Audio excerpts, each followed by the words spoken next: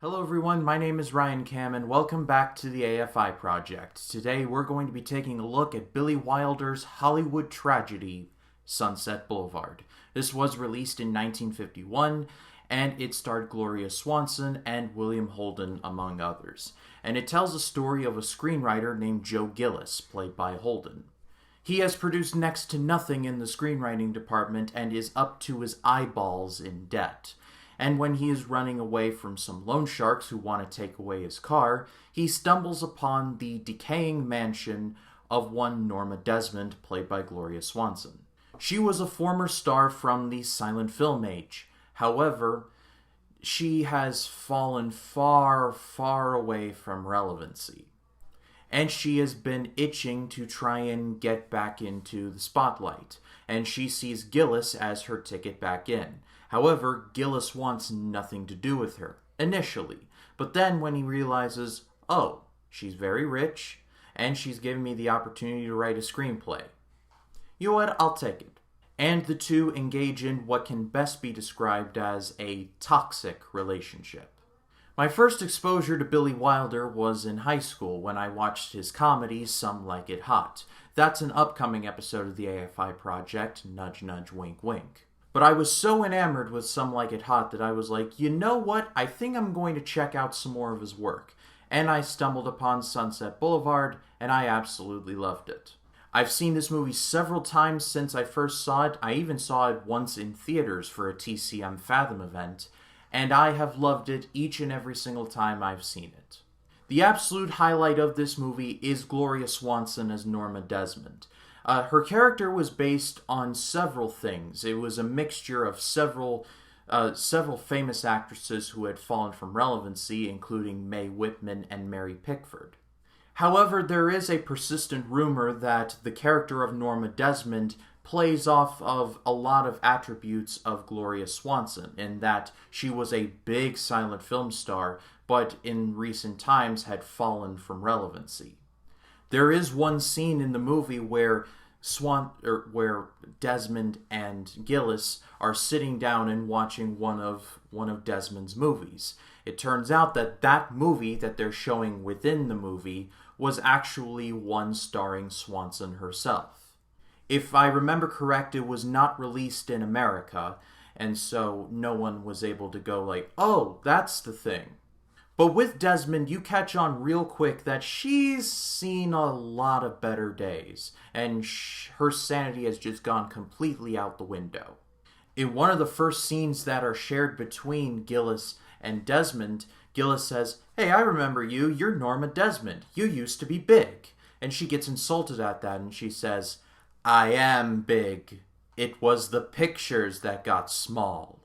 It's heavily implied that she was brought on to the Hollywood system very early, and when she got a little bit older, she was immediately kicked to the curb. Along with her sanity as well, but we'll get to that in a little bit. Joe Gillis is played by William Holden, as I mentioned, and he is very cynical, but he's the good kind of cynical. You get the feeling that he still believes in the career choice that he has chosen, however, life has beaten him down.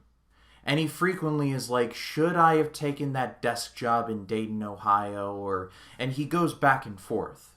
At first, you truly don't know if it's Gillis playing Desmond or the other way around. Gillis is there like, you know what? If I'm going to be paid, I might as well stay. But he soon realizes that he really is in an unwinnable situation. Every change that he makes to Desmond's idea gets immediately rejected. And it's not exactly like he can leave, because we find out that Desmond is very unstable, and to put it mildly, she's suicidal. I've heard Sunset Boulevard described as a noir. For me personally, I've considered noir to be mostly anything involving Humphrey Bogart, like The Maltese Falcon or The Big Sleep. However, considering the fact that in noir there are really two types of people, bad guys and worse guys, noir can definitely apply to Sunset Boulevard, because despite the fact that you do feel sympathy for Gillis and Desmond, at the end of the day, they're all bad guys. And I think that's a good place to parlay into the overall theme of the movie, is that Hollywood is fickle. We all think it's all about, oh, it's all just about the new shiny thing. We all think about that today, but it's always been that way. And really, you either have to adapt or perish. Norma Desmond refused to adapt, so in a way, she perished. And it is heavily implied that even when she was on top, she didn't handle herself all that well. Her colleagues pretty much have nothing to do with her, or want nothing to do with her. Buster Keaton is in this in a blink and you miss it role, and he looks like he would rather be anywhere else but there. I mean, at least his character does anyway. And we get an extended cameo from the director Cecil B. DeMille. Yes, the Ten Commandments Cecil B. DeMille. And he absolutely wants nothing to do with her. So it's a combination of her ego and the Hollywood system, which led to the setting that we have.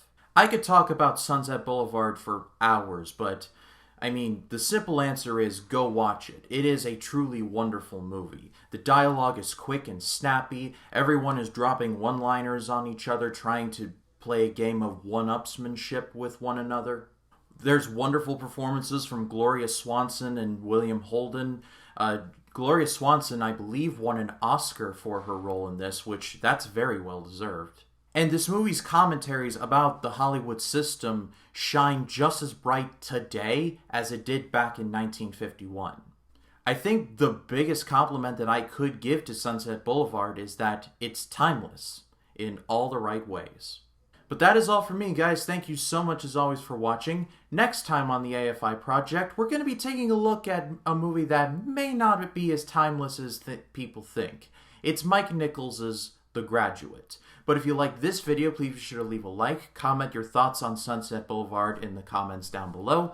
And if you like this video and you want to see more like it, hit the subscribe button and click the bell to allow notifications. That way, when a new video drops, you'll be the first to know about it. My name is Ryan Cam, and I'll see you in the next one.